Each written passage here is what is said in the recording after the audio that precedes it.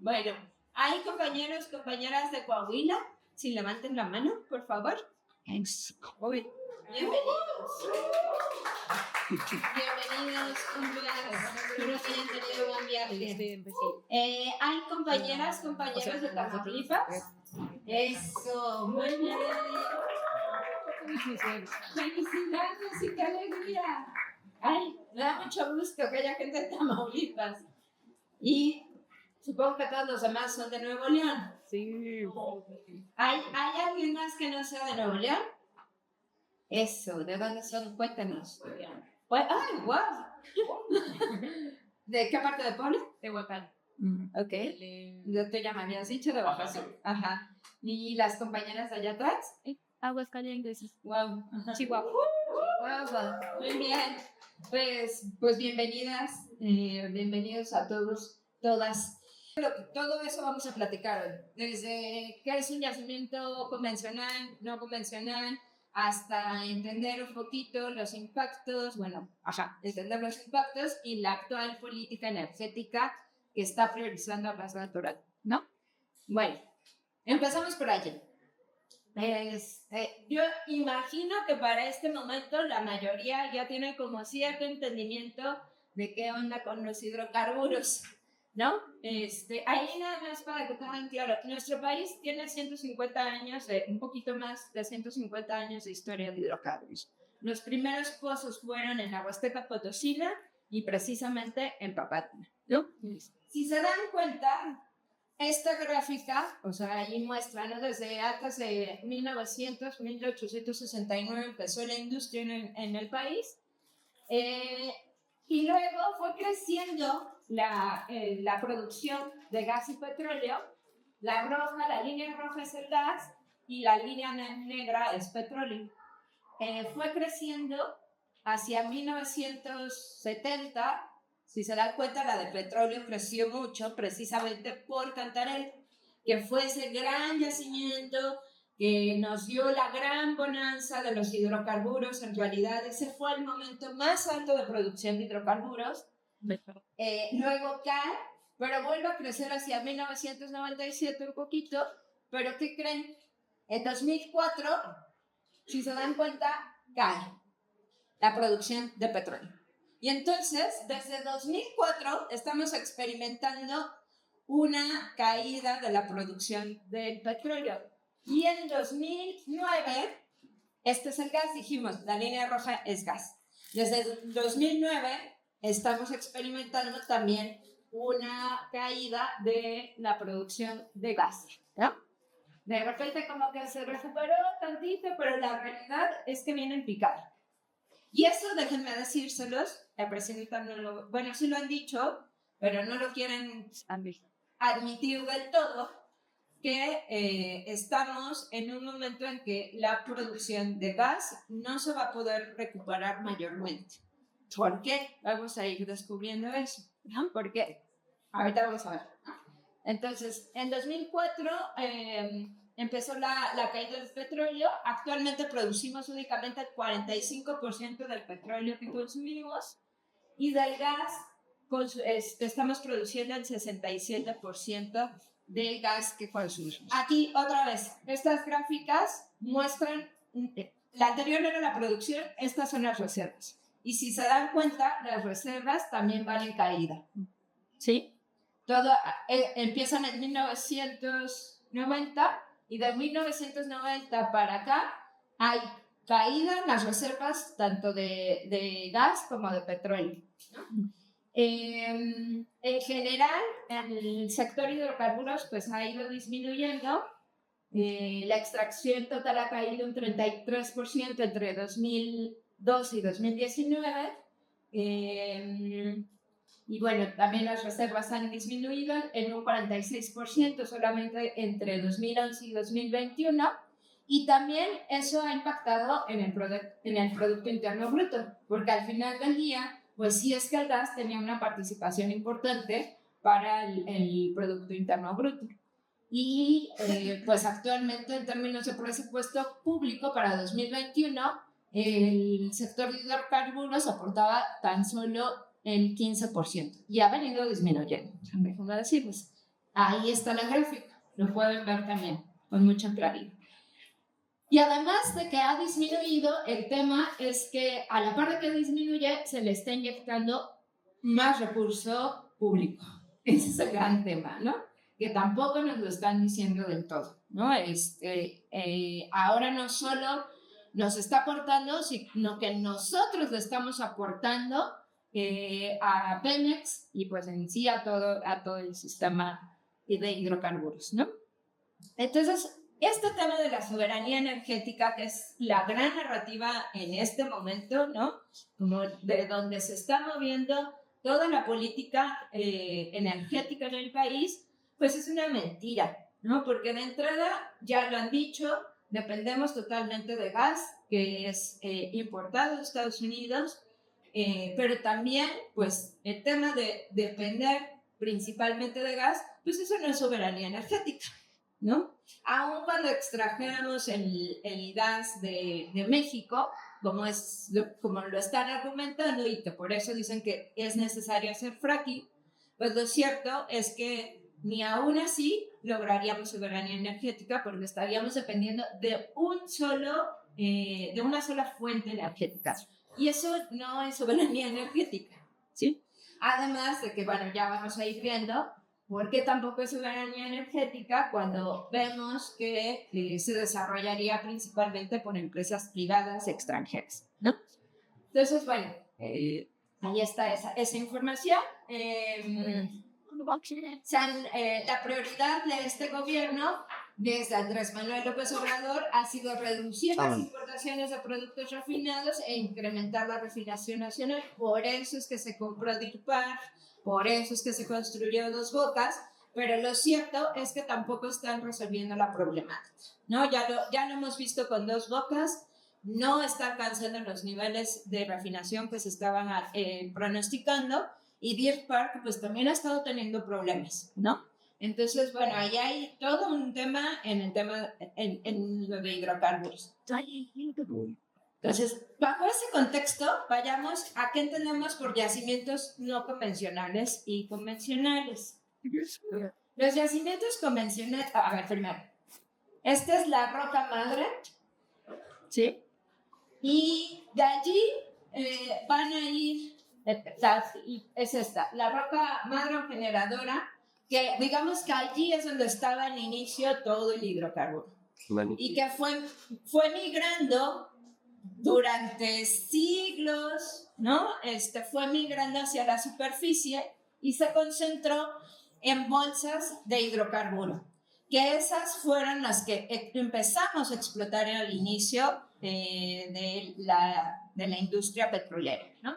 Y era muy sencillo explotarlas porque ya estaban ahí los depósitos guardados, ¿no? Como cuando uno se da la tarea de ahorrar dinero por un buen rato y tienes ahí ya tu bolsa grande, pues rápido abres y sale, ¿no? Pues igual, el hidrocarburo bastaba con que perforaran un poquito y brotaba el hidrocarburo fácilmente. Incluso había lugares como Papantla, donde yo vivía, que la gente lo que nos decía es que el crudo brotaba así, pues, ¿no? O sea, de repente había crudo, pues, ahí, ¿no?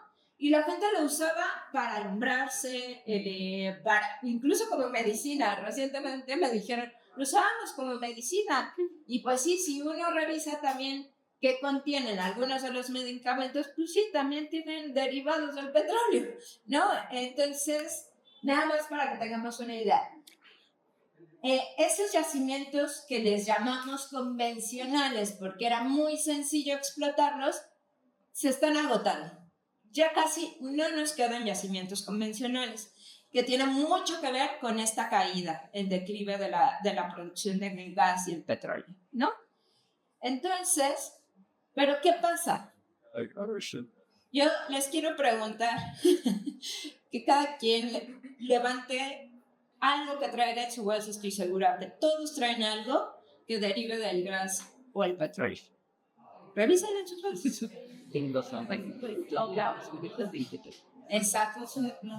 Exactamente. Bueno, es muy fuerte nuestra adicción a los hidrocarburos. y queremos tener más. Y todos queremos andar en carro y movernos más rápido y queremos ir a otros continentes o queremos ir a lo mejor a otras ciudades dentro del país, ni siquiera a otros continentes, a otras ciudades y queremos ir rápido, ¿no? Y queremos que los datos bajen rápido, que no se tarde la computadora porque me urge esa información y ya se tardó Gemini en responder. ¿Por qué no responde Gemini tan lenta? No sé, ¿no? Tenemos una fuerte adicción a los hidrocarburos. Y eso nos ha llevado a buscar más hidrocarburos. Si ya se acabaron los que estaban sencillos y baratos, porque no solo era sencillo extraerlos, era barato. Pues ahora estamos buscando más, o sea, también hay que reconocer, los hidrocarburos permitieron el desarrollo de la tecnología. Y entonces ese mismo desarrollo de la tecnología nos ha permitido ir mucho más allá, ¿no?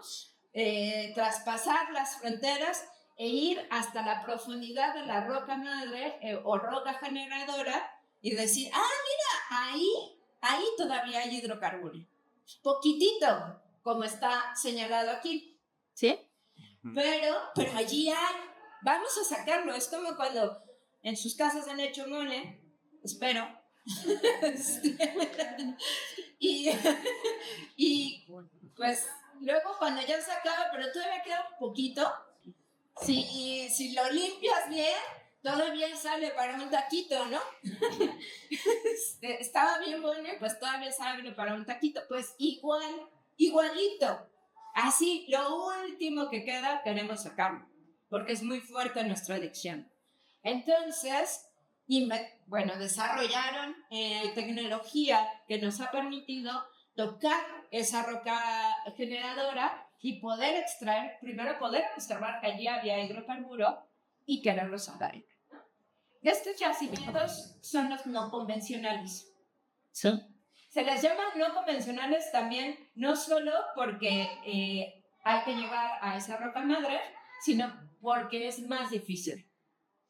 Porque hay que perforar grandes profundidades, hasta 5 kilómetros o más, en el sur de Veracruz, entre Tabasco y Chiapas y Veracruz, hay pozos que están llegando a los 8,000 metros de profundidad.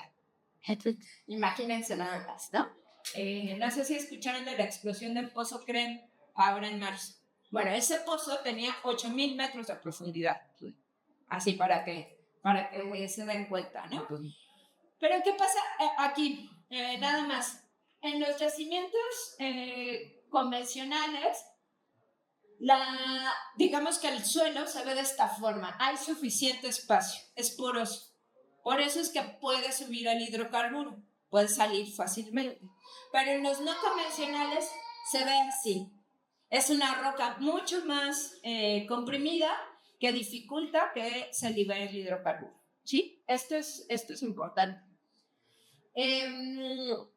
Entonces, eso significa que va a haber retos por la porosidad para sacar el hidrocarburo y eso va a implicar mucho mayor costo y que la producción sea más cara, que se tengan que desarrollar muchos pozos y que por lo tanto el costo sea más alto, ¿no? Además, la calidad del producto es menor, ¿sí? Generalmente se extrae un hidrocarburo mucho más ligero. Sí han escuchado de lo que ha pasado en Venezuela y saben por qué también le interesaba a Estados Unidos el petróleo de Venezuela. Sí, Venezuela todavía tiene una gran reserva de hidrocarburos, pero sobre todo es que el petróleo de Venezuela, así convencionales y no convencionales tiene, pero es pesado, precisamente.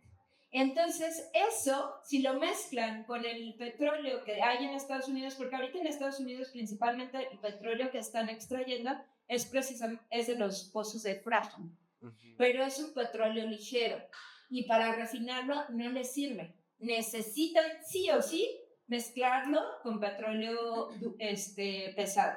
Y por eso es que al final del día no creen que es tan independiente de Estados Unidos. Sí, está produciendo un montón de gas y petróleo. Bueno, ya cada vez menos también.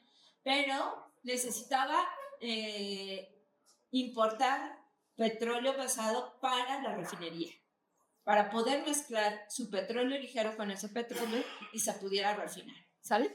Entonces, bueno, los yacimientos no convencionales van a tener menor abundancia de recursos, van a ser más caros, un costo de desarrollo más caro, con una calidad menor y además la disponibilidad es menor, ¿sí?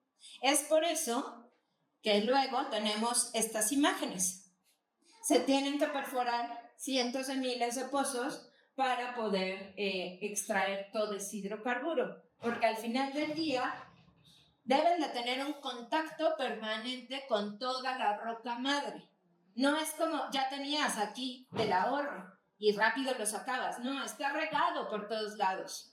Entonces tienes que perforar e investigar por toda la roca madre para ver de dónde extraes. Entonces, por eso si miráramos por debajo de la tierra, en la roca madre donde se hacen pozos de fracking, pues veríamos eso. Pozos que sí, a lo mejor arriba solamente ves el cabezal de pozo es este. Este es un cabezal de pozo. Ese es el pozo Panquigui en Puebla.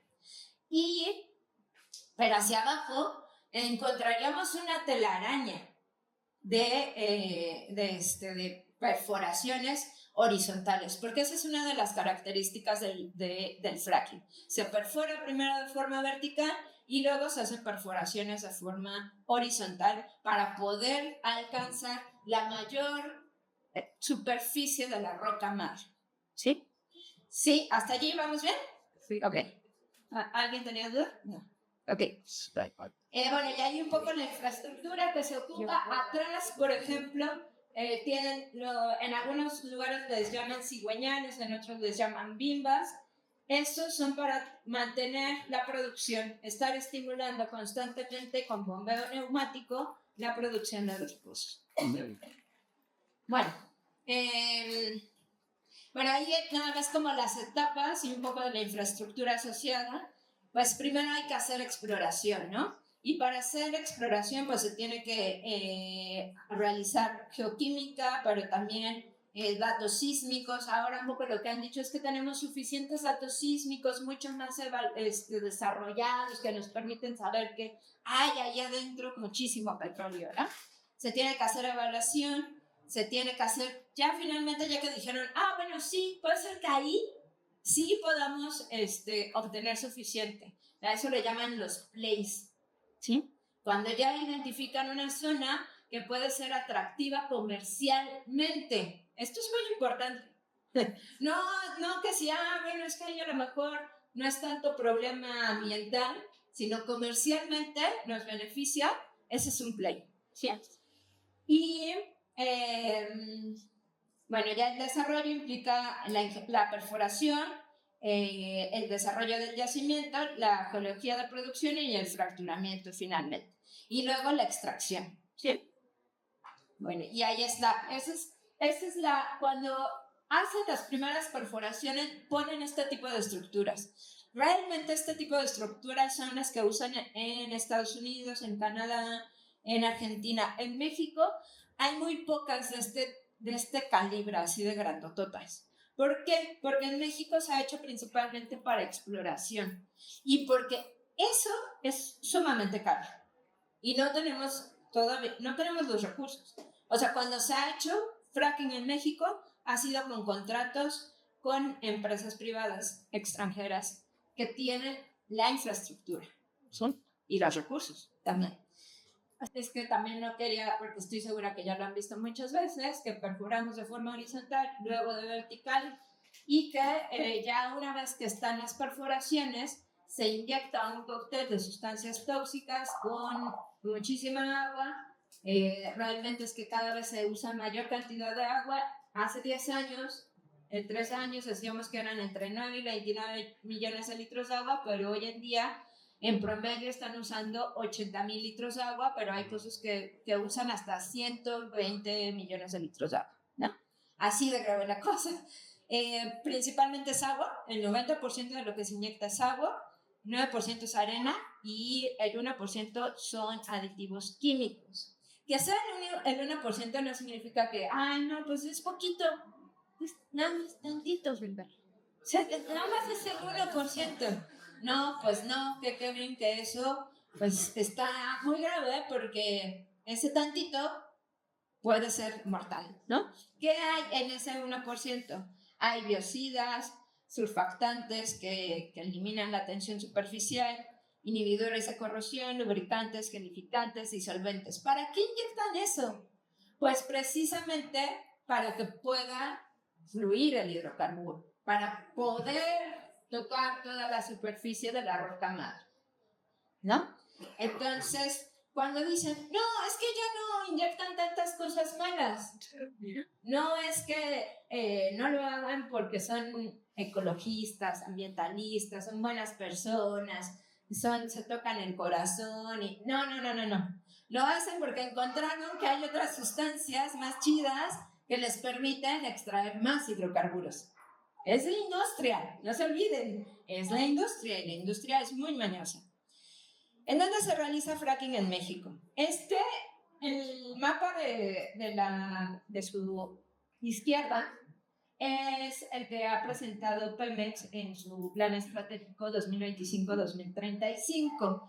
Pero si uno lo mirara con los mapas que se usaron en 2013 con la reforma energética de Enrique Peña Nieto, vamos a ver lo mismo. lo mismo, ¿no? Y entonces allí lo que nos están señalando son los lugares donde podría haber aceite, gas y gas condensado y gas seco en no convencional, ¿sí? Aquí lo tengo desglosado por provincia. Entonces hacia más al norte, en Coahuila precisamente, está Sabinas, ¿no? Y ahí, pues bueno, ya se ha perforado el Pozo Horizontal Percutor 1 en 2012 para los compañeros de Coahuila, ¿no? Produjo gas seco y la producción inicial fue de 2.17 millones de pies cúbicos diarios de gas, ¿sí? Ahí para que se den cuenta. ¿Por qué lo perforaron? Porque Sabinas, junto con Burro Picacho, son una continuación de Eagle Ford en Estados Unidos, en Texas. Querían saber si sí eran una continuación de esa misma formación geológica. Y se dieron cuenta de que sí es gas seco, que sí, que ahí, pero como que no les convenció tanto la producción porque no siguieron perforando. Y también porque era caro. Bueno, luego tenemos Burro Picachos, igual es Coahuila, Nuevo León, un poquito Tamaulipas. En 2019, tiene una extensión aproximada de 51.089 kilómetros cuadrados. Y bueno, ahí sobre todo es gas seco. Y ahí han usado fracking en convencional. Hace unos años que nos presentamos ante personal de la Secretaría de Energía, nos decían, es que en Burgos se tiene que usar sí o sí fracking. No puede ser productivo de otra forma más que con fracking. Es inconvencional, eso sí, pero se tiene que usar fracking. ¿Sí? Para que se den cuenta también. Bueno, luego tenemos... me confundí, estábamos en Burgos. Se perforaron 11 pozos exploratorios con objetivo no convencional entre 2011 y 2018. Luego Burros Picacho. Vale. Y luego tenemos Tampico-Misantla, que es donde está Papantla, Poza Rica, la Huasteca Potosina, Puebla, están dentro de Tampico-Misantla. Y ahí se han perforado en 2019, se perforaron 4 pozos exploratorios con objetivo no convencional. Lo cierto es que en Tampico-Misantla, desde 1996, se ha desarrollado fracking en convencional. ¿Por qué? Ahorita se los voy a explicar. Nada más ahí apúntenlo. ¿Por qué se ha desarrollado fracking en convencional en esta región? Ahorita lo vamos a ver. Y luego, finalmente, Veracruz, que tiene una superficie aproximada de 32.820 kilómetros cuadrados. No es tan grande, Y bueno, ahí como que no están en contra, hay gas, pero está mezclado también con petróleo, igual que en Tampico Misantla es gas junto con aceite, ¿no? Entonces ahí como que no les interesa tanto porque no es totalmente gas. Por eso es que se concentran en Burra Picachos y Burgos, donde sí es principalmente gas seco. Cuando decimos gas seco, es que casi no hay líquidos aceitosos, o sea, es menor al 5% la cantidad de aceite que hay con ese gas.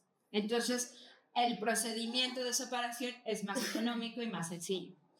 Y bueno, ahí están los pozos que se han desarrollado con fracking, y allí las marcas de todos ellos, ¿no? Y qué ha resultado. Si se dan cuenta, es que casi todos han sido exploratorios. Todavía no hay como a un nivel de producción. O también lo que ha sucedido es que han llegado a ser productores, pero ¿qué pasa con los pozos de fracking? Pregunta de examen.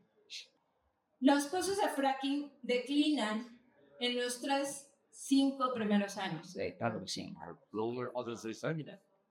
Rapidito, por eso tienen que perforar tantísimos. Ya 2 años, se agotó, perfora otro. 3 años, se agotó, perfora otro. Y por eso es tan caro también, porque tienes que estar perforando. Por eso es que también tienen que identificar los plays donde sí hay una buena acumulación para perforar en una misma plataforma 16 pozos, 30 pozos. Ahora lo que vimos en Texas es que de veras es impresionante. Plataformas que tenían, o sea, no alcanzabas a terminar de contar cuántos pozos allí ya había. ¿Sí? Ese es el chiste del fracking. Y por ejemplo, no se necesita permiso por cada pozo, entonces, o sea, ¿cuál es la lógica de...? Porque pues todo... Sí, acuérdense que, sí, eso es lo que debería de suceder. Nada más les cuento. En Estados Unidos las regulaciones llegaron tarde. En México también, porque primero se perforó, primero se hizo fracking y después lo regularon. ¿Sí? O sea, primero se hizo fracking y mucho después nos enteramos de que habían hecho fracturamiento hidráulico. En Estados Unidos no fue tan así, pero sí se construyeron mucho después las regulaciones. Y además las regulaciones en Estados Unidos, o sea, te dan el permiso en 24 horas. En 24 horas te dan un permiso para perforar un pozo. Así es en Texas. Y yo regreso tantito aquí. Decíamos que hay una etapa de exploración y de evaluación. Esa parte es muy importante. Allí es donde definen si sí vale la pena o no vale la pena explotar. ¿Sí? Y luego todavía viene una etapa de desarrollo donde terminan de definir si o no continuamos la explotación. Adelante. Esta etapa exploratoria, es decir, desde que se possession. Sí, desde que se hace la exploración, se tiene que perforar de forma vertical, horizontal, inyectar sustancias tóxicas. Entonces, funcione o no, eso ya se quedó contaminado. Sí, exactamente. Eso ya contaminó. En la exploratoria puede ser que te des cuenta, no, esto tiene bien poquito, no vuelvas a meter allí nada porque esto tiene bien poquito. Y muchos de los pozos que se han perforado en México, eso es lo que ha sucedido. No, aquí no hay un play. Pero el impacto ya está. Y es poner en la legislación actual, ¿se requieren evaluaciones de impacto ambiental para hacer exploraciones o solo para hacer ya o sea, sacar el producto? Sí, se requieren. Pero ahorita vamos a ver lo que sucede en la realidad. Gracias.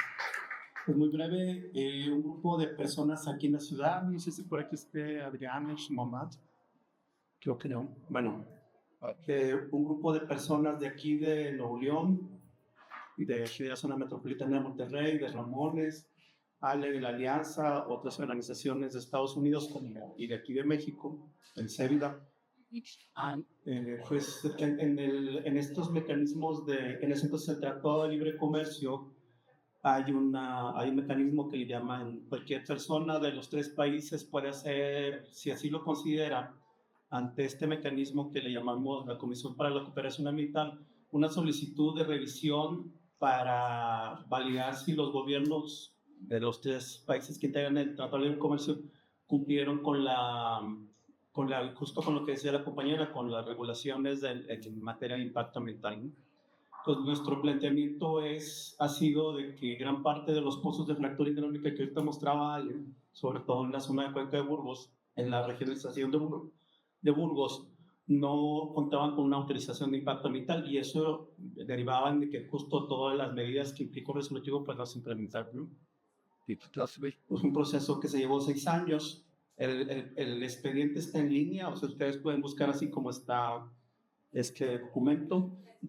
El expediente de hechos justos, yo les sugiero que lo revisen con calma porque de alguna manera es como una crónica, una radiografía detallada de cómo se realizó en el sexenio del presidente Enrique Peña Nieto el fracking aquí en Nuevo León y Tamaulipas y una parte de Coahuila. Creo que sirve para entender qué ocurrió. Y al final les diría, bueno, no es un mecanismo vinculante, yo le digo que es en términos de Tratado de Libre Comercio, es el equivalente a una recomendación de derechos humanos, pero después de 6 años, la Comisión para la Cooperación Ambiental nos dio la razón. Efectivamente, la implementación de pozos de fractura hidráulica se hizo sin autorización de impacto ambiental, además de otros impactos sociales y ambientales de este tipo de explotaciones, ¿no? Y hay algo que me parece bastante grave, es decir, lo que nos informan, yo creo que el gobierno mexicano ni siquiera se dio cuenta de la información que compartió, porque primero se tardaron 3 años en responder, ¿no? El vacío, la ausencia, y cuando dan la información, en el sexenio de Andrés Manuel López Obrador dice, sí, tiene permiso de impacto ambiental, y aquí están. Entonces, es un ejercicio común que hacemos, ¿no? O sea, tenemos el resolutivo, cargamos el polígono, vemos si están adentro, o nos dimos cuenta que los pozos estaban afuera. No tenían permiso, ¿no? Pero lo que a mí me parece bastante grave es de que todo ese universo de pozos que se ve estaban amparados con esa autorización de impacto ambiental, la cual ya venció hace un año. Entonces, miles de pozos de explotación de hidrocarburos en general en Cuenca de Burgos ahorita no tienen permiso de impacto ambiental, si estamos hablando de ilegalidad. Entonces, ese es el contexto de esta petición que hicimos. Yo sugiero que la vean. Ahí hay como una síntesis de los daños. Administrativamente se me parece más grave, que no tenían permiso de impacto ambiental, pero se identifican impactos en el tema del agua, lo comentabas un poco en la explanada, o sea, la destrucción de la infraestructura hidráulica para la distribución de agua, las acequias, que es fundamental para la actividad agropecuaria en el oriente de Nuevo León. La disminución de los niveles de pozos de agua en las norias, es decir, ya no pueden sacar agua en las norias. Tras el abandono de los pozos, estaban obligados por el resolutivo a implementar procesos de restauración ecológica. En ninguno de los casos se realizó. Entonces, aquí nada más están Mérida y Tangram, que están dentro de los municipios de Los Ramones. Mérida totalmente dentro de Los Ramones y Tangram entre China y Los Ramones, ¿sí? Y aquí nada más me regreso a la anterior. La petición se presentó en octubre de 2018. Y en 2020, 2 años después, el secretariado de la Comisión para la Cooperación Ambiental dijo que sí, que sí se debía de hacer un expediente. 2 años después, apenas se ordenó, hagamos un expediente. ¿Qué significa hagamos un expediente? Investiguemos a profundidad qué pasó allí, porque sí encontraron irregularidades, pero había que investigar, ¿no? Esto que decía Toño, ¿no? Había deficiencias en la mía, como en el establecimiento de medidas de seguridad y aprovechamiento sustentable del agua. Ahí es donde encontraron principalmente las fallas, ¿no? Y finalmente, 2020 dijimos, aceptan que se haga el expediente. 2025 se entrega formalmente el expediente. 5 años después. 7 años después de que se presentó la petición. ¿Sí? Además, para que nos demos cuenta cómo funcionan las leyes en México e internacionalmente. Y como bien dice Toño, ni siquiera es vinculante. Fue así como, México, te recomendamos que tengas cuidado en tus mías, que revises estos procedimientos, pero nada más, ¿no? Sin embargo, es importante. ¿Por qué es importante? Porque lo pueden consultar ustedes. Porque ya hicieron la chamba de sí investigar qué había pasado con las mías. Ahí nos dimos cuenta de que, por ejemplo, todo ese territorio estaba sin mías, que en 2025 se acababan, etcétera, etcétera, ¿no? Y los impactos. Las conclusiones son precisamente en el tema de uso de agua, de contaminación y monitoreo, de sismicidad inducida, que de hecho fue como que lo que les movió para presentar la petición, ¿no? La sismicidad que se había provocado y los daños a la vivienda que había generado, ¿no? Ahí está el Pozo Nerita, precisamente, que está en Los Ramones. Y también la otra conclusión fue la opacidad de la información. Esto que decía Toño. Cuando ellos estuvieron buscando, no encontraban la mía pública. No la encontraron. Por eso es que también dijeron, hay que meter la petición porque no hay una mía. Luego, cuando México le entrega los primeros reportes a la comisión, le dice, no, sí, pero sí lo tenemos. Mira, aquí está el link. Mágicamente apareció un link, ¿no? Cuando la gente la estuvo buscando. ¿Y cuáles son las características del derecho a la información? Que debe de ser pública y de fácil acceso. Eso no estaba público ni de fácil acceso, ¿no? Porque a lo mejor estaba muy escondida en algún hoyo negro de la red, ¿no? De la web, que para los simples humanos terrenales era de difícil acceso, pero que el gobierno de México sí la presentó, ¿no? Entonces, bueno, ahí está. Sí, como bien dice Toño, revísenla, porque les puede servir para entender muchas cosas. El otro caso que les quiero contar, porque pues es también de mi conocimiento, es el de el aceite integral, el ATG, activo integral en aceite terciario del Golfo, donde está Papantla. Aceite terciario del Golfo se ha hecho fracking en convencional, que es como este tipo de type oil gas, ¿sí? No tienen que hacer totalmente horizontal, pero sí la tienen que desviar. Sí tienen que desviar el pozo. ¿Sale?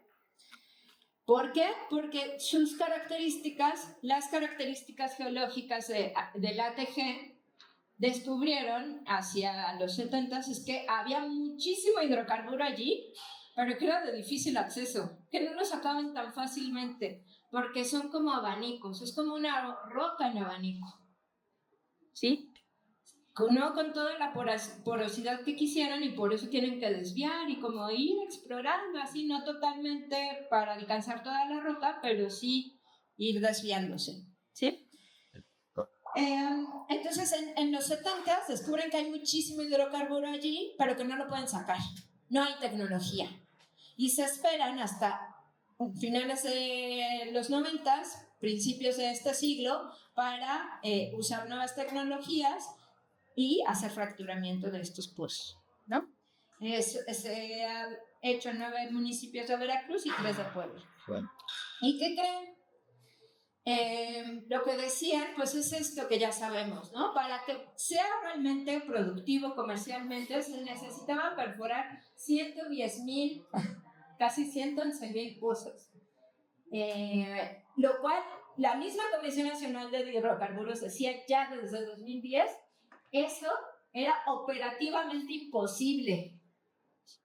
O sea, para que fuera funcional, sustentable comercialmente, se tenían que perforar muchísimos pozos, pero eso no era sustentable operativamente. Y tenían que entrar diferentes empresas. ¿Y quiénes creen que entraron? Schlumberger, Waterford, Halliburton, Baker Hughes y Tech Petrol. Bien mexicanas, ¿verdad? Hasta me cuesta un poco de trabajo pronunciarlas. Puro capital nacional. No, pues no, eran empresas petroleras, tejanas de Estados Unidos. Porque Pemex no tenía ni la infraestructura, ni la tecnología, ni el capital para desarrollar fracking. ¿Sí? Bueno, Ahí vamos. Pero además lo que sabemos es que para el canal de Chicontepec o ATG, pues realmente fue una corrupción, fue fraude y no tuvo los resultados que se esperaban, ¿no? Se esperaba que produjera más de 500,000 barriles por día, pero para 2009 solamente estaba produciendo 52,000 barriles diarios, o sea, apenas el 10% de lo que pronosticaban, ¿sí? Y pues tampoco estaban cumpliendo con lo que habían prometido de producción, pero tampoco con el desarrollo que habían planteado, ¿no? Entonces fue carísimo. ¿Y quién creen que pagó eso? El Estado mexicano, además los territorios. ¿Por qué? Porque también los territorios, porque luego empezamos a ver los resultados de estos pozos.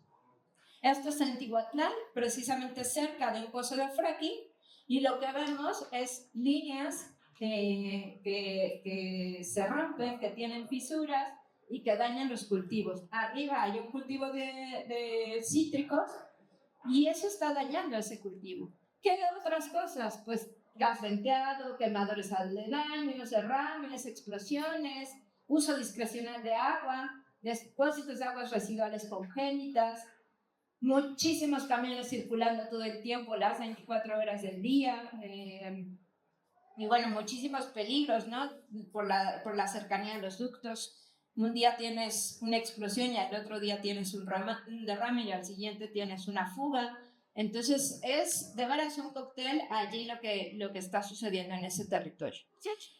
Y entonces, por eso es importante también poder fortalecer, aquí ya les dije lo que se ve en territorio, pero además está el compendio de estos científicos de Nueva York, que precisamente también ante la amenaza de desarrollo de fracking en Nueva York, se dieron a la tarea de compilar información científica, médica y periodística sobre los impactos del fracking.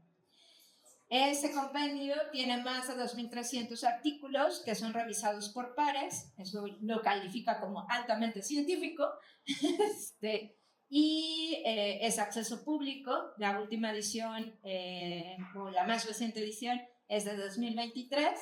Y, por ejemplo, ahí para que se den cuenta, la primera edición, que fue en 2014, era de este tamaño. Y la de 2023 fue de este tamaño. ¿Sí? Para que se den cuenta, en 9 años, cómo ha crecido la evidencia científica de que el fracking ni es sustentable ni es seguro, y por el contrario, aquí están los resultados. No hay evidencia de que ningún tipo de fracking sea seguro. Otro hallazgo clave, hay fallas estructurales, no se evitan por hacerlo bien. Las nuevas tecnologías siguen con patrón de contaminación, ¿sí?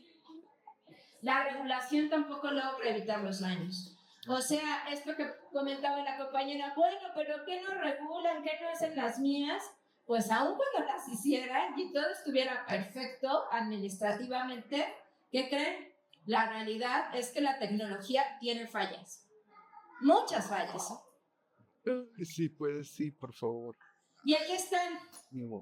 Esto es precisamente en el activo ATG, en aceite terciario del Golfo, donde les digo que cuando no es una fuga, es un derrame, y cómo impacta a arroyos, a pozos de agua artesanales que son de uso doméstico. Y bueno, y esta es una plataforma precisamente. No se alcanza a ver en detalle, pero bueno, de entrada sí se ve que está al lado de cultivo de cítricos. Y allí conviven, son más de un pozo. Por esto que decíamos, para ellos necesitan hacer eficiente y económica la tecnología, y si encuentran un punto donde es buen producto, pues perforan no uno, sino la mayor cantidad de pozos que puedan. ¿Sí? Y esto, pues obviamente, tiene impactos en la agricultura. ¿Por qué? Porque se necesita agua. El agua que se destinaba para los cultivos va a ser destinada para fracking. Y eso disminuye la disponibilidad de agua, tanto para la agricultura, pero por supuesto que también para el consumo humano. Ahí, compañeros de Coahuila, ya saben lo que es también que se conviva con ganadería, que te consume agua, pero que también se conviva con la industria de los lácteos, que también te consume y te contamina agua, y que creen, y ahora les quieren llevar fracking para que tengan otro devorador de agua, ¿no? Y bueno, además esta agua que sale después tiene un exceso de sal, tiene radiaciones. Hay suficiente evidencia de que pues afecta a las parcelas cercanas a los pozos. En California hay reportes de cultivos que fueron impactados. En Papantla también lo estamos viendo, aquí ya no puse imagen de Papantla, pero estamos viendo con toda claridad cómo impacta a los cultivos. No están creciendo, o sea, hay árboles que tienen 18 años, cítricos que tienen 18 años de haber sido sembrados y no han crecido y tampoco han producido. Quedan estériles por los impactos de la industria. Bueno, ahí está. Los impactos, esto fue principalmente en el Totonacapan, y pues el impacto a la vainilla en un 54%, la naranja, la mandarina, el maracuyá, etcétera, ¿no? Entonces sí hay impactos a la agricultura. Pero también hay riesgos a la salud, y esos son también gravísimos, ¿no? De entrada, por la exposición directa a los gases que se están inhalando, y que no solo se inhalan, sino que también toda la epidermis está en contacto con esos gases que se están emitiendo, porque la infraestructura emite gases, y también toda la cadena de valor de los hidrocarburos no convencionales emite gases, pero también por ingesta, por migración y volatilación de contaminantes, y bueno, pues esto tiene diferentes impactos, ¿no? En Pensilvania se han documentado casos de cáncer, en Colorado y Nuevo México, agua superficial contaminada con alteración hormonal, en la formación de Marcellus, fugas de estos que son benceno, tolueno, etilbenceno y xileno, ¿no? que conlleva cáncer, daños hepáticos y renales, etc. O sea, sí tiene muchos impactos. Y aquí les presento a alguien que ya ha sido impactada. Ella es Zaira Pérez, vive en el municipio de Emiliano Zapata. Ella de tener 27 años, y para 2025 ya había tenido 3 abortos espontáneos derivados de vivir cercana a este mechero y a toda la infraestructura que conlleva el mechero. ¿Sí? Y entonces sí hace sentido que estos mecheros tienen impactos a la salud, y ella es la evidencia clara de que sí tienen impactos. Y no solo ella los ha vivido. Su mamá está enferma, uno de sus pulmones ya no funciona, el otro está muy deteriorado, y lo que le dicen los doctores es que tiene que denunciar a Pemex, que Pemex le debería de indemnizar. Y lo que dijo Zaira fue: ¿ustedes creen que Pemex me va a indemnizar? ¿Ustedes creen? No. Pues bueno, los bebés que nacen en zonas de alta exposición al Freire tienen 87% más riesgo de presentar anomalías cromosómicas, 84% más riesgo de otras malformaciones congénitas, 29% de riesgos de partos prematuros, como lo que le pasó a Zaira, además de mayor probabilidad con nacer con bajo peso, menor talla y Apgar bajo, que son como estas pruebas que les hacen como... Lo que ellos hicieron es que lo más sencillo era sí tener la información de los bebés nacidos y de las mujeres gestantes. Entonces cruzaron datos de esa población con la cercanía a pozos y encontraron también esas evidencias. ¿Sí? Entonces, estos gases que decimos que son los Vitex, el benceno, el tolueno, el tilbeceno y el xileno, son disruptores endocrinos y atraviesan la placenta. Eso es lo que hacen, ¿no? Y eso es lo que provoca que haya malformaciones congénitas, que haya defectos en la placenta y en el tubo neuronal, y deformidades y anomalías cromosómicas. ¿Sí? ¿De dónde es Emiliano Zapata? Es en Papantla, Veracruz. Sí. Es una comunidad que está muy, muy impactada. Tiene cientos de pozos en una pequeña comunidad. Bueno, ¿Y cuál es la política energética de México? Creo que ya lo sabemos todos. Es esta apuesta clara al desarrollo, al incremento de la producción de gas natural. Cada vez incrementan las cifras. Cuando presentaron en agosto del año pasado, que presentaron el plan estratégico de Pemex, las cifras eran menores y ahora las están incrementando, ¿no? ¿Por qué? Porque quieren ir sobre los yacimientos de geología compleja, ¿no? Prevén una producción de más o menos 3.196 millones de pies cúbicos de gas para 2035 y esto se prevé que sea no convencional. Pero lo cierto es que esto es para beneficiar a la industria al final del día. No es para que ustedes tengan mejor calidad de energía eléctrica, para que su servicio de transporte público sea más eficiente. No, es para la industria. ¿Sí? Eso hay que tenerlo con mucha claridad. Y ahí, bueno, ok, ya venía esa información. Pero lo cierto es que se va a los polos de desarrollo. Aquí está, sí, viene esta imagen. Los polos de desarrollo está planteando Claudia Sheinbaum 25 polos de desarrollo. ¿Qué significan los polos de desarrollo? ¿Alguien quiere comentar? Sí, totalmente. Estos polos de desarrollo, además de ser principalmente manufactura, también incluyen los centros de datos. Y esas dos cosas devoran una cantidad infinita de agua y de energía. Por eso es que necesitan la energía. No para que tengamos mayor acceso a la energía, no tengamos cortes de luz, evitar que llegue otra tormenta invernal y nos quedemos sin energía eléctrica. No. Es para que ellos puedan continuar la producción de bienes que van a ser exportados y que van a llevar nuestra mano de obra barata, van a llevar nuestros recursos, van a llevar el gas. ¿Qué va a pasar? Ya sea que lo extraigan aquí o que pase por aquí dejando impactos, ¿no? Porque además ya lo anunciaron el miércoles, el plan es extender la red de gasoductos.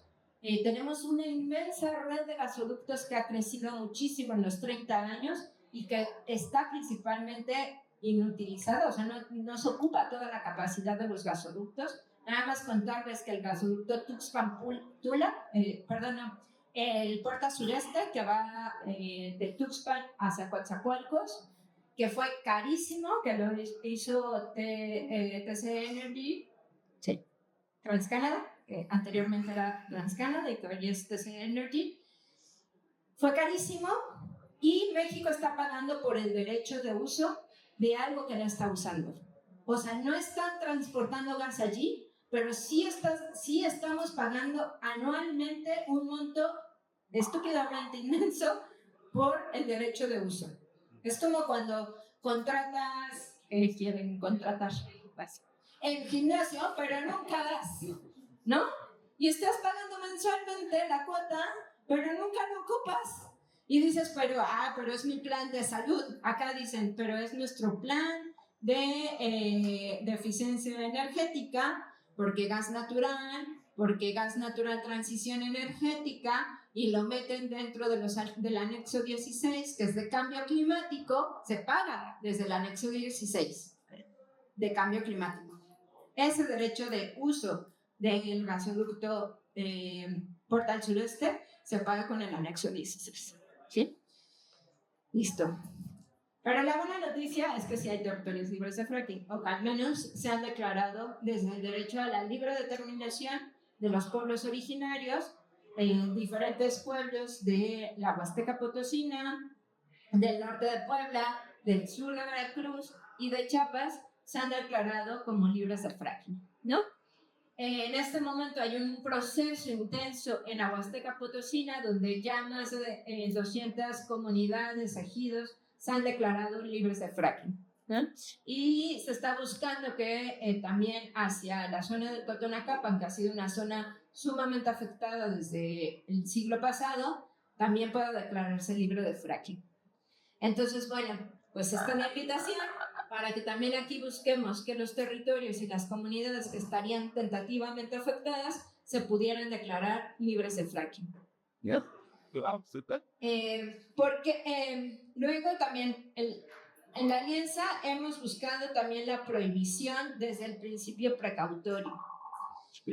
¿Por qué desde el principio precautorio? Ante la posible amenaza de daño grave o irreversible al medio ambiente o a la salud, la falta de certeza científica absoluta no debe usarse para postergar la adopción de medidas efectivas para prevenir esos daños. Eso es lo que marca el principio precautorio. Por eso, desde la alianza, desde 2017, 18, iniciamos un proceso de una moratoria, un decreto de moratoria, ya con Andrés Manuel López Obrador. Ese decreto de moratoria se ha visto truncado. Sin embargo, entre 2018 y 2024 se lanzaron, aquí este dato ya se quedó viejito, de 6 iniciativas, nada más entre 2018 y 2024 se presentaron 8 iniciativas para la prohibición legal del fracking, promovidas por los diferentes partidos como el PAN, 2 del PAN, una del PT, 2 del PRD, en el Senado una del Movimiento Ciudadano, una del PT y una de Morena. ¿Y qué creen? No puede ser de una. Ninguna pasó. No solo no pasaron, ni siquiera las discutieron. Ni siquiera las abrieron, chica. Ni siquiera las abrieron. Y esas cosas se caducan, igual que la comida que no se come. Igualito, caducan. Las tiraron a la basura. Pero sí se pusieron las estrellitas de, yo presenté mi iniciativa de prohibición del fracking, pero nunca la discutieron. Ahorita hay una iniciativa también de prohibición constitucional que lanzaron diputados de Morena y del PT. Esa se lanzó en octubre del año pasado, pero ¿qué creen? Sigue sin ser discutida. ¿Sí? Y además en este contexto, cuando tenemos a la secretaria, a la presidenta de la Comisión de Energía de la Cámara de Diputados decir que la Comisión de Energía debería estarse involucrando en todo el tema de fracking, pues ¿qué creen que va a pasar? Probablemente también la van a dejar caducar. Pero bueno, además de las prohibiciones, las actas de asamblea que se han hecho en nuestros territorios, también hay territorios y países que se han declarado y que han hecho prohibiciones y moratorias del fracking a lo largo del mundo, ¿no? En Costa Rica, en Colombia, en Uruguay, en Dinamarca, bueno, ahí tienen todo el mapa. En Estados Unidos hay varios estados que se han declarado libres del fracking. Los últimos fueron California. Sí, California. El último fue California, que se declaró como, con una moratoria de fracking. Y pues bueno, la experiencia y la evidencia es suficiente. Sí se puede prohibir el fracking. Hay lugares como Francia, como Bélgica, como los Países Bajos, ¿no? La República Checa, Alemania, donde han dicho no vamos a desarrollar fracking.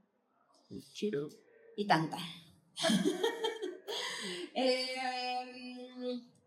¿Hay preguntas?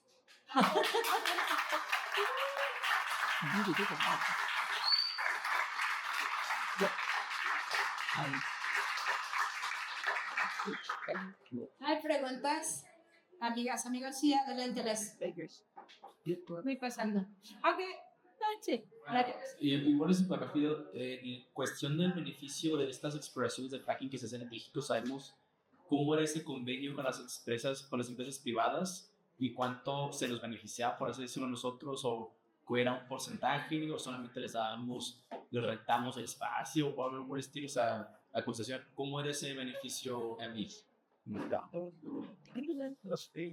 No, a ver, vamos a recapitular. Cuando desde el gobierno de Felipe Calderón se empezó a abrir, antes de Felipe Calderón, la exploración de los hidrocarburos estaban totalmente monopolizados en Pemex.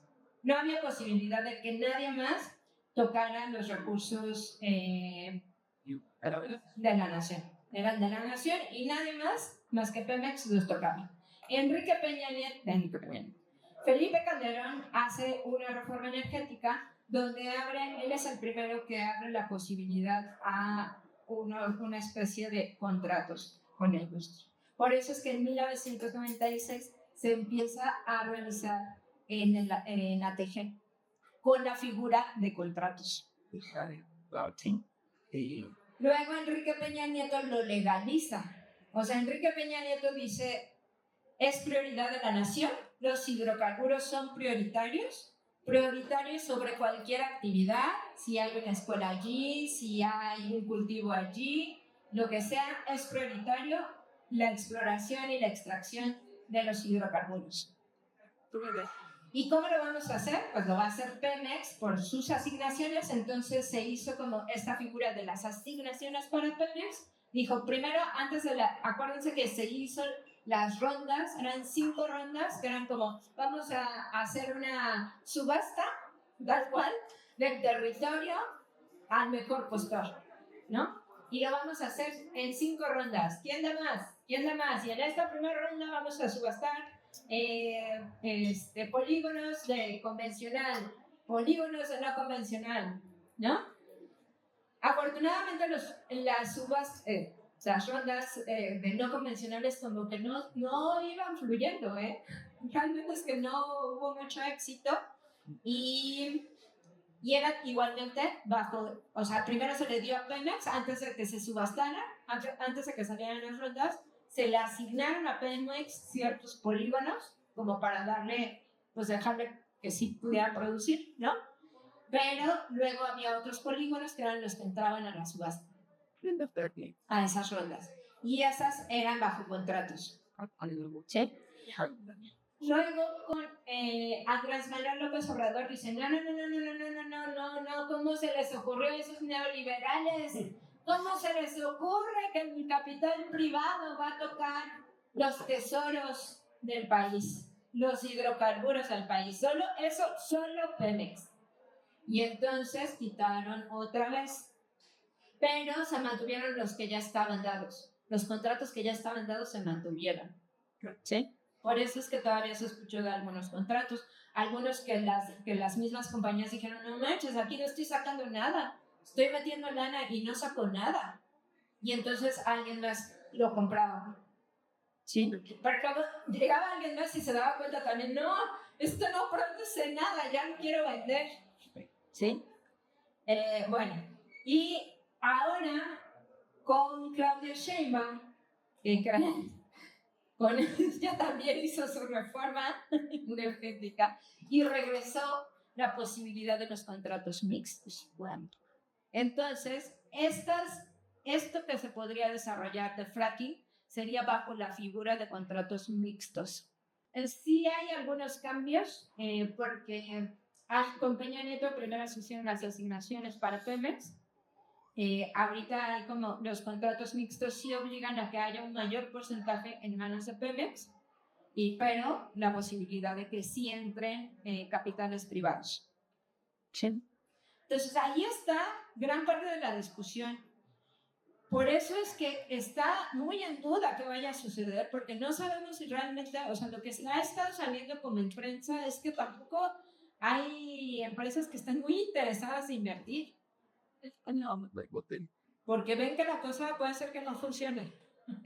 Y no solo por eso, sino también porque ya hay varios años de evidencia de que Pemex no está pagando, de que Pemex es la empresa petrolera más endeudada en el mundo y que tiene deudas que van en incremento y que además su calificación crediticia está tambaleando. Y tambalea porque hubo un derrame inmenso que negaron por 2 meses, porque cuando les digo no hay derrame, hay fuga y hay explosión, y eso califica mal a Pemex. Y el huachicol. Y el huachicol, ¿no? Por supuesto. Entonces, ahí hay todo un tema. Por eso es que también quieren desarrollar fracking. Porque eso le daría un poquitito como de respiro pero sería solamente un respiro cuando ya estás totalmente ahogado. Well, Además de pronunciarnos contra el fracking, ¿cómo podemos o qué se necesita para promover la promoción de qué se necesita para implementar energías alternativas en eso? ¿Y qué podemos hacer nosotros? Híjole, esa es la gran pregunta. Ahí es donde nos tenemos que poner bien creativos, amigas y amigos. No sé si alguno de ustedes está inscrito en el curso virtual que estamos dando de transición energética. ¿No? ¿Ninguno se inscribió? Es que... Adiós. Bueno, en la alianza estamos dando un curso virtual sobre transición energética porque nos parecía que era urgente responder esa pregunta. ¿En dónde? En la alianza. Es una actividad de la alianza que estamos desarrollando. Y el otro día hacíamos la pregunta de cómo se miran en 10 años cuando el declive total del gas y el petróleo suceda.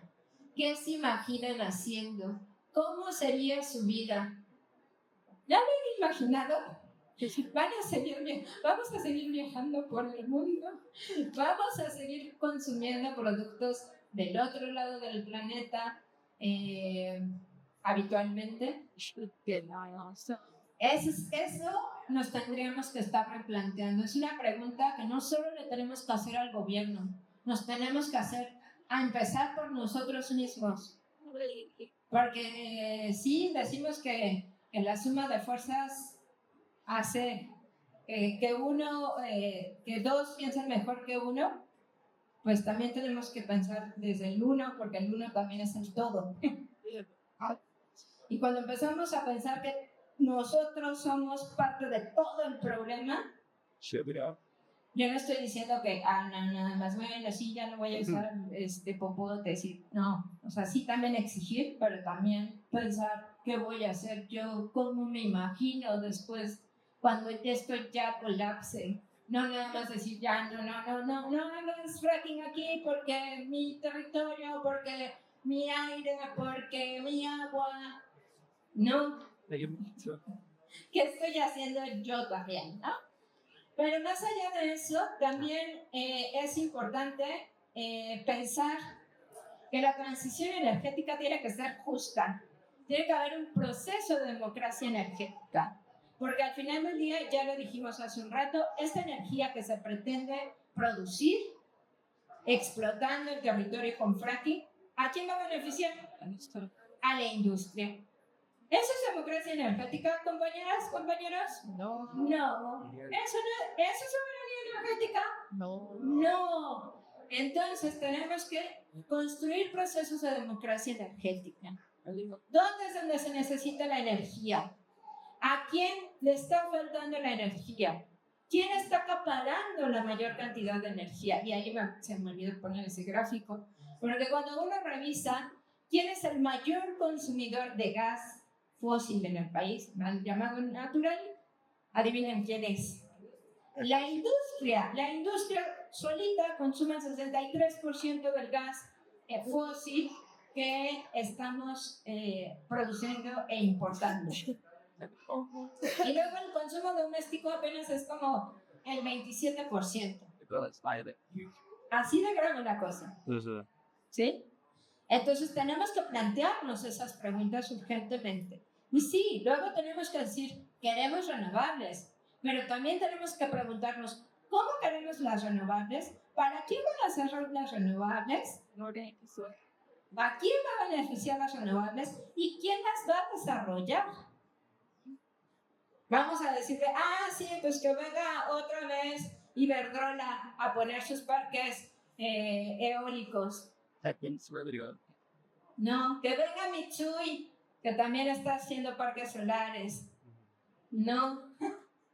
Tenemos que replantearnos y preguntarnos, incluso desde nuestras casas, otra vez volvemos a todo, es el uno, en nuestras casas, ¿cuánta energía estamos consumiendo? ¿En qué la consumo? ¿Han revisado su recibo de luz? Ese es un ejercicio interesante, muy interesante.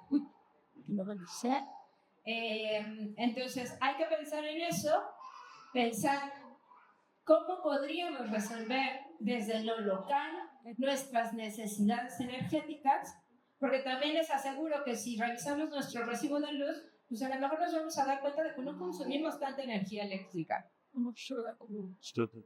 Que a lo mejor podríamos ser autosuficientes energéticamente. ¿No? Entonces hay que pensar eso desde lo local, cómo construimos la autonomía y la soberanía energética. Y ahí es donde empieza la creatividad. Y casos hay muchísimos. Les recomiendo que entren al sitio de Oxur. Tienen varios documentales precisamente de diferentes territorios en Argentina, en Chile, que han explorado desde cooperativas, resolver desde lo local el acceso a la energía.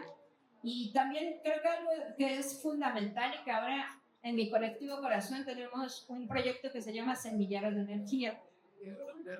El semillero de energía está precisamente enfocado a comunidades que ya han sido impactadas por los hidrocarburos para que desde lo local resolvamos nuestras necesidades energéticas. Yo no les voy a preguntar a ustedes, cuando digo energía, ¿en qué piensan? Levante, así, sin pensar demasiado, ¿en qué piensan? Luz. ¿Algo más? Gas. Gasolina. Pues para los pueblos originarios no es así. Cuando ellos piensan en energía, piensan en la tierra, piensan en las plantas, en la milpa, en el trabajo que hacen cotidianamente, piensan en el agua. Encontramos que comunidades que están rodeadas de pozos convencionales y no convencionales, que tienen apenas a unos cuantos kilómetros plantas de ciclo combinado, apenas hace 14 años tuvieron acceso a energía eléctrica. Es una mentada de madre, exactamente. Pero, ¿saben? Ellos lo decían con total, pero pues vivimos bien, no nos hizo falta, podemos vivir sin eso. ¿Y ahora en qué consumen esa energía eléctrica? Para prender el refrigerador, para que los chavos, sobre todo, ahí vienen, no, conecten el celular. Entonces, para ellos era más importante, por ejemplo, en Papantla, lo que resultó es que la gente no quería un panel solar, no quería un calentador de agua. Lo que necesitaban era agua. Esa es la energía que necesitan, agua. Y entonces estamos haciendo un proyecto de recuperación de cosecha de agua de lluvia y de filtramiento de agua de lluvia. Ese son los tipos de proyectos, pero tenemos que empezar a preguntarnos cuáles son nuestras necesidades, no qué es lo que el Estado me quiere imponer, no qué es lo que el Estado cree que me hace falta o qué es para mí el desarrollo. También pregúntense ustedes, para ustedes, ¿qué significa el desarrollo? ¿Se lo han preguntado? Ahí se los dejo de tarea para que lo mediten con la almohada. Definitivamente que lo que hemos ido descubriendo en la alianza es que es una mezcla de todo. Y le tienes que meter a veces estrategia legal, pero la estrategia legal solita no funciona. Tiene que haber movilización y tiene que haber comunicación y tiene que haber respaldo desde los territorios. El otro día estaba en una reunión con puros abogados que hacen litigio estratégico y decían, es que lo que necesitamos es la participación de las comunidades. Nosotros hacemos el escrito, pero lo que necesitamos es quién legitime que es afectado. Sí. Y sí, pues nos pasó precisamente con la petición ante el CCA. Luego queríamos, a ver, ¿dónde están? Queremos hacer público que ellos son los afectados. Y no encontramos personas afectadas.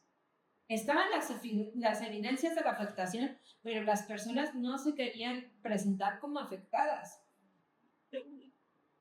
Ahí es donde está todo este tema de ahí también, y va mezclada con la pregunta de la esperanza, porque nos han metido, los hidrocarburos no es nada más la cuestión material, no es nada más el gas y el petróleo, es nuestra forma de pensar.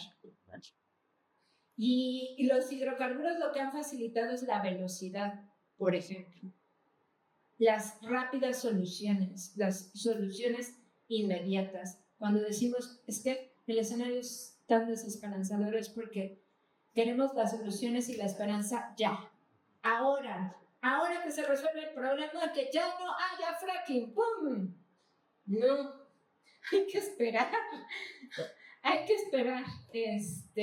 Y luego construir también desde dentro. ¿Cómo vas alimentando la flamita? ¿No? ¿Cómo te vas reuniendo con otros? Porque la flamita no se alimenta solita, se alimenta reuniéndote con otros con los que puedes también alimentarles la flamita y que ellos te pueden contribuir a alimentar la esperanza. Pero eso es también algo que los hidrocarburos nos han enseñado a evitar, porque la flama se enciende únicamente con gas, no con otras personas. Yo quiero como que nos comentaras más al respecto de cuál era la reacción de las comunidades, por qué tenían miedo de involucrarse. Bueno, no sé si tenían miedo, pero me gustaría saber por qué no querer involucrarse, cómo no querer... Creo yo, bueno, en una parte de la idiosincrasia que tenemos aquí, es decir, yo lo que planteo es, aquí ocurren las más grandes tragedias, miles de personas desaparecidas, se nos acaba el agua, la contaminación del aire mata a miles de personas y no pasa nada, ¿no? Entonces, yo lo asocio, o sea, la verdad es que es una minoría, o sea, si nos comparamos quienes estamos aquí, somos una minoría de personas las que tratamos de involucrarnos.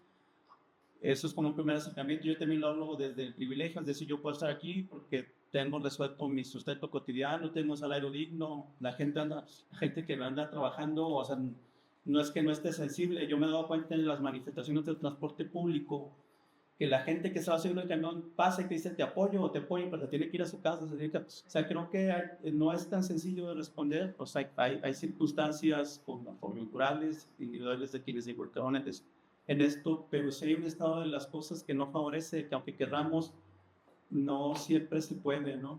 Yo de ahí puse dos observaciones sobre lo que planteaste. Sí. Sí, totalmente de acuerdo con Toño. No es una respuesta sencilla. El otro día platicábamos con compañeros en una reunión de gas y decíamos, es que creemos que ya permeamos porque ya la gente identifica ballenas o gas, ¿no?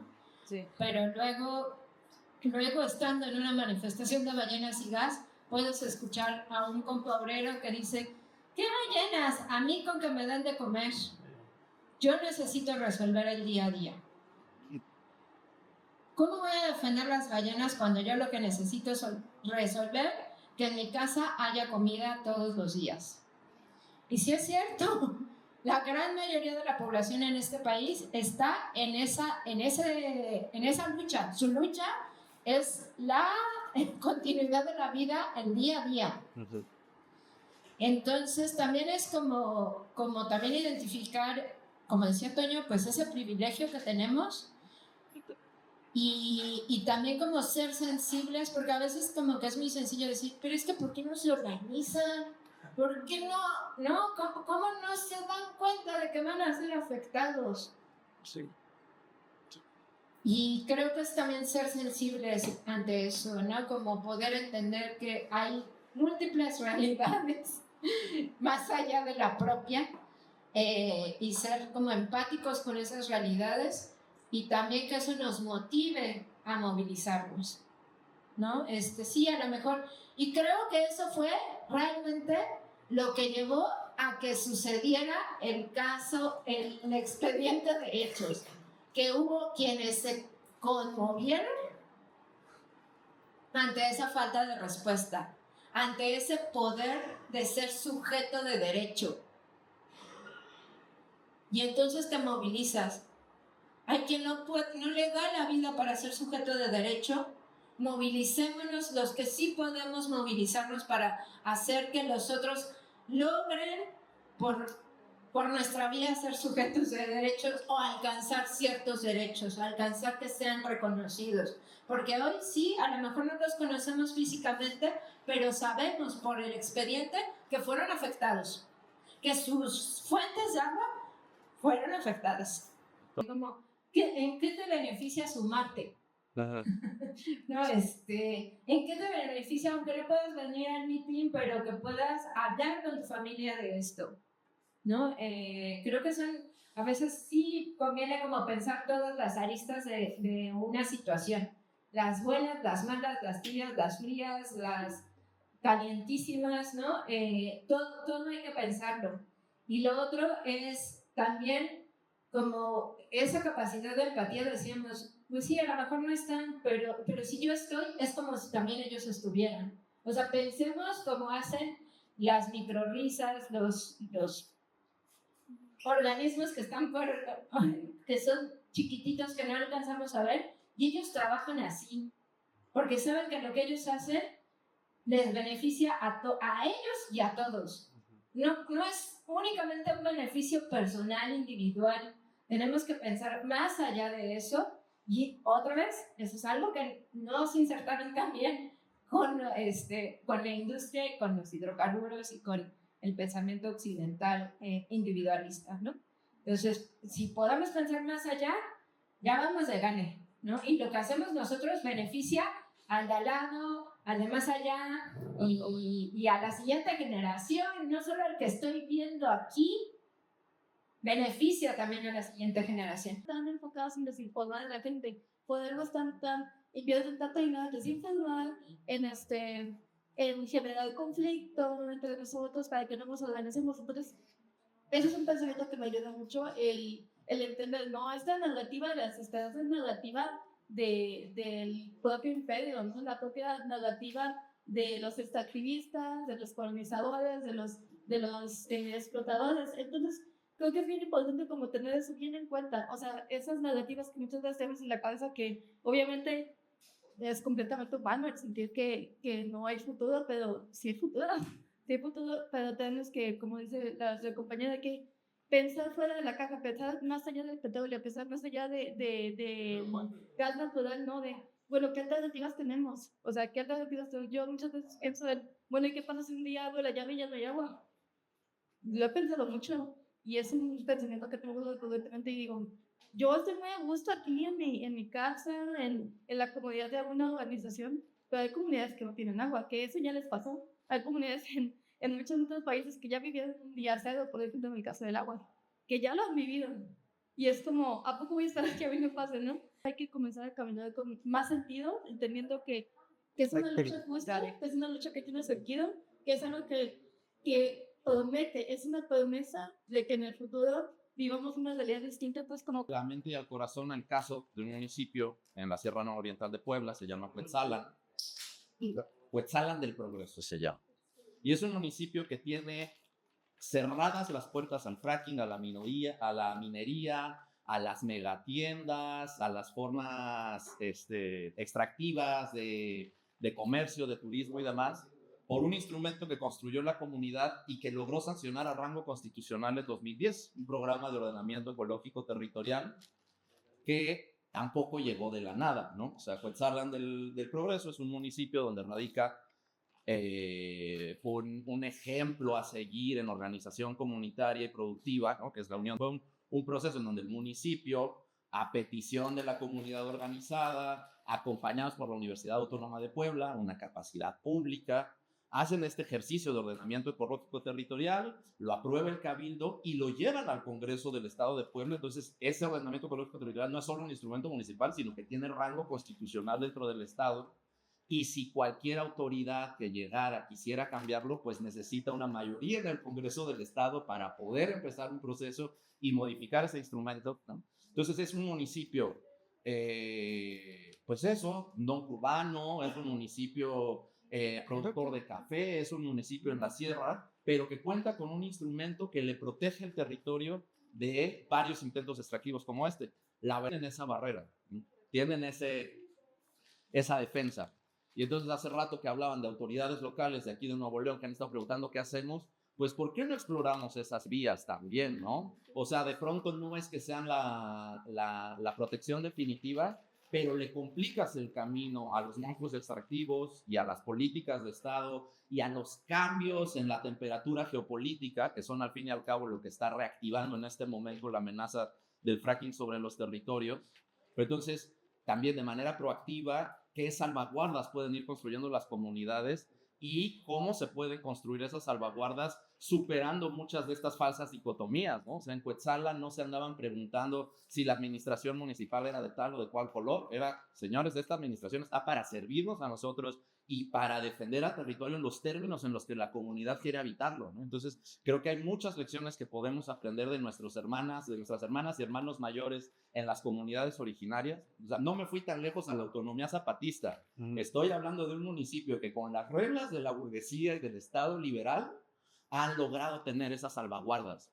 ¿Cómo? Trascendiendo dicotomías, ¿no? Y poniendo al centro lo que va al centro, los deseos de la comunidad para reproducir su vida en los términos en los que quiera. Entonces, tal vez también podríamos acercarnos a esas experiencias y preguntarle a nuestras hermanas y hermanos de la Tosepan, oiga, ¿cómo fue su proceso de ordenamiento ecológico y territorial? Porque algunos municipios de este estado podrían aplicarlo, y de Coahuila y de las cuencas que están en este momento amenazadas por el fracking. Insisto, tal vez no sea una solución definitiva, pero le pones trabas constitucionales a que puedan llegar nada más a sacrificar el territorio. Cuetzalan es un municipio que está integrado principalmente por pueblos nahuas y el Yeguenemelis es la energía para el buen vivir. Entonces ellos se dieron a la tarea de pensar precisamente cuál es la energía que les hace bien, la que necesitan, y la que necesitan es la del buen vivir. Entonces construyeron su plan de vida, su proyecto de vida a 30 años, y en su proyecto de vida está el Yeguenemelis, la energía del buen vivir. Y eso implica muchas cosas más que solamente paneles solares. Entonces, pues sí es una experiencia muy bonita que también tiene sus claroscuros. Yo viví en Cuetzalan y también tiene sus claroscuros. Como decíamos, no son polaridades, todos estamos habitados por el bien y por el mal. Sí. Y por la esperanza y la desesperanza. Así es que también hay que aprender a convivir con eso y aceptar. Bueno, pues muchas gracias, compañeros, compañeras. Fue una plática, una charla muy, muy enriquecedora y qué alegría saber que están reuniéndose, que están juntos, que yo siento que se están cuidando también. Eso también lo pongamos al centro, que el descanso también esté al centro, que también sepamos identificar cuándo nuestras energías como colectivo necesitan del cuidado del descanso. Yo ahí se los dejo nomás.